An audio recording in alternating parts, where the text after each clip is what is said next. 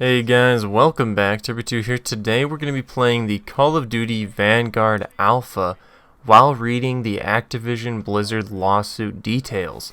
This should be a lot of fun and perfect for the new Call of Duty. Now, I hadn't actually got the chances myself to really go in to the 29-page lawsuit that was filed by the state of California against Activision Blizzard, the organizations behind the Overwatch League and the Call of Duty League, as well as the Call of Duty franchise, Activision's, key product. So let's take a look at that today while you guys enjoy some Vanguard gameplay. Now, I'm just going to go along to the sort of meatier stuff and work our way down. So here we go, straight from the lawsuit itself. Unlike its customer base of increasingly diverse players, defendant's workforce is only about 20% women, while its top leadership is also exclusively male and white. Very few women ever reach top roles in the company, and the women who do earn less salary, incentive pay, and compensation than their male peers, evident in the defendant's own records. Like the executive ranks, women across the company are assigned to lower paid and lower opportunity levels. Female employees also receive lower starting pay, earn less than male employees for similar work. They are promoted more slowly and terminated more quickly than their male counterparts.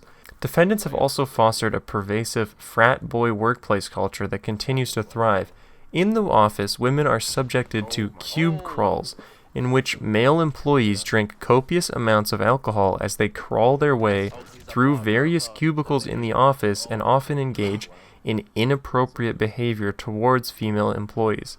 Male employees proudly come into work hungover, play video games for long periods of time during work hours, while delegating their responsibilities to their female employees.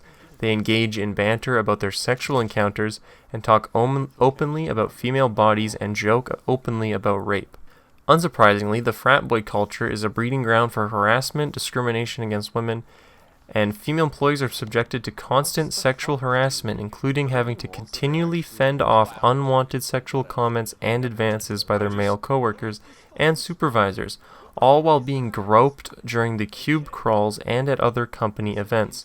High-ranking executives and creators engaged in blatant sexual harassment without any repercussions.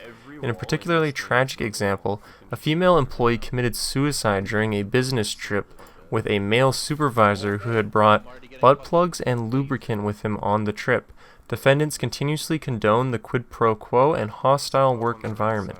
This message is not lost on their employees. Women were steered into the lower levels of the defendant's hierarchy and often had to work harder and longer to earn equal promotional and other opportunities as their male counterparts. As an example, a female employee working for Blizzard Entertainment was assigned to a lower level role, denied equal pay, and subsequently sought a promotion because she had been carrying out duties exceeding her job description. She was repeatedly told it was not her turn and others deserved a promotion ahead of her. Ultimately, the employee was promoted after 3 years, while her male counterpart was promoted within a year of his hire, despite having started several months after her. He was also assigned leadership responsibilities which he was not afforded, responsibilities which further the male employee's ability to get promoted. Female employees at Activision Publishing were also assigned to lower-level roles, denied equal pay, and delayed or passed over for promotions of their male counterparts. As an example, a female human resource employee at Activision Publishing was delayed and passed over for promotion despite receiving positive performance reviews, doing substantially more work than her male counterpart, and taking over the actual responsibilities of the departing person.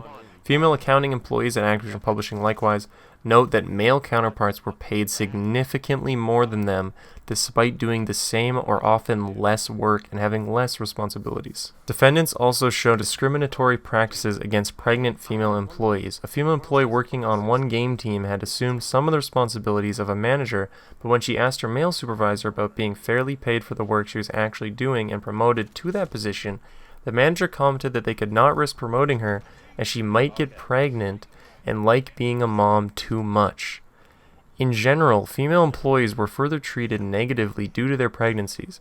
Supervisors ignored medical restrictions given to female employees and gave them negative evaluations when they were out on maternity leave. Other female employees reported that they were criticized for leaving to pick up their children from daycare, while their male counterparts were playing video games, and female employees were kicked out of lactation rooms so that employees could use that room for meetings. Women of color were also particularly vulnerable targets of the defendant's discriminatory practices.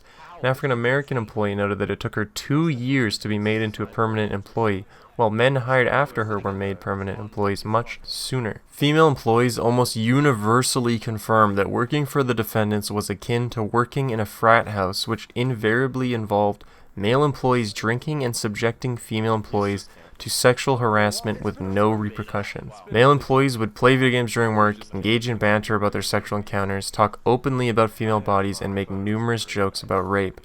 As a product of this frat boy culture, women were subjected to numerous sexual comments and advances, groping and unwanted physical touching, and other forms of harassment. A female employee noted that random male employees would approach her on the defendant's worksite and comment on her breasts.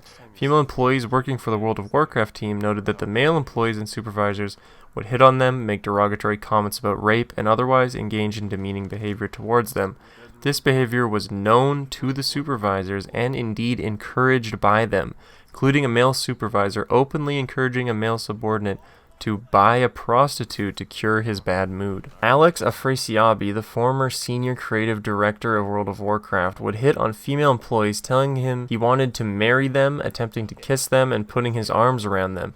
This was in plain view of other male employees, including supervisors, who had to intervene and pull him off of female employees. Afrasiabi was also known to engage in harassment of females, so far that his suite was actually nicknamed the Cosby Suite after alleged rapist Bill Cosby. Afrasiabi would also call females derogatory names at company events, and his conduct was known to Blizzard Entertainment's execs, who took no effective remedial measures. The president of Blizzard Entertainment allegedly had multiple conversations with Afrasiabi about his drinking, and that he had been too friendly towards female employees at company events, but only gave him a slap on the wrist, i.e. verbal counseling, in response to these incidents.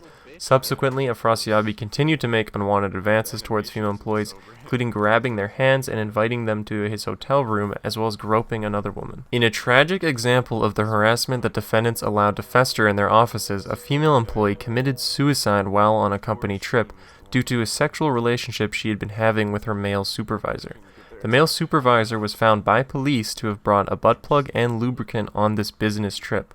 Another employee confirmed that the deceased female employee may have been suffering from other sexual harassment at work prior to her death.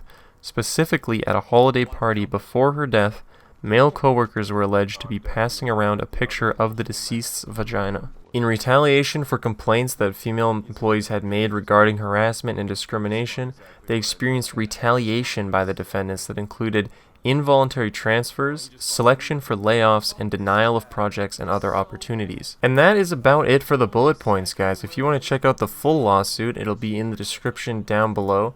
You can give it a read yourself. It's just a nice little 30-page PDF here, going over basically the whole thing. But I gave you guys the main key points, the sort of rundown. And hopefully it was enjoyable for you guys to listen to the lawsuit while watching this great COD Vanguard gameplay. And maybe it'll influence your decision on purchasing Vanguard or continuing to give money to the other Call of Duty titles or Activision in any way. Because not only is Call of Duty trash, it's also built upon a foundation of sexual harassment and misogyny. Anyways, guys, thank you so much for watching. I hope you enjoyed. And I hope you got the message of my feelings towards Activision and Blizzard and, you know, the new COD all wrapped into one. Appreciate it. I'll see you guys in the next one. Bye.